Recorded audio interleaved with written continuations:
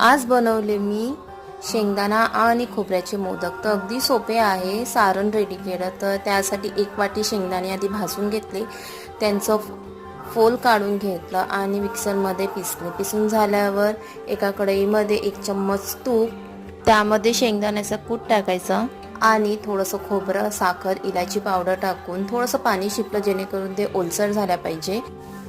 आणि अगदी 5 मिनिटात रेडी होणारी अशी स्टफिंग आहे। त्यानंतर कणकीचे पुऱ्या लाटल्या छोट्या छोट्या आणि अशा प्रकारचे मोदक बनवले। तर मला मोदकचा शेप अशाच प्रकारे देता येते। असे मी टोटल 16 मोदक रेडी करून घेतले। बाकीचेही मोदक हळूहळू रेडी करून घेतले आणि टेस्ट पण खूप छान आहे या मोदकची। उकडीचे मोदक करता सुद्धा आपण ही स्टफिंग करू शकतो। त्यानंतर मोदक कमी आचेवर तेलामध्ये छानपैकी ब्राऊन होतपर्यंत तळून घेतले आणि ही मोदक आपले तयार आहे।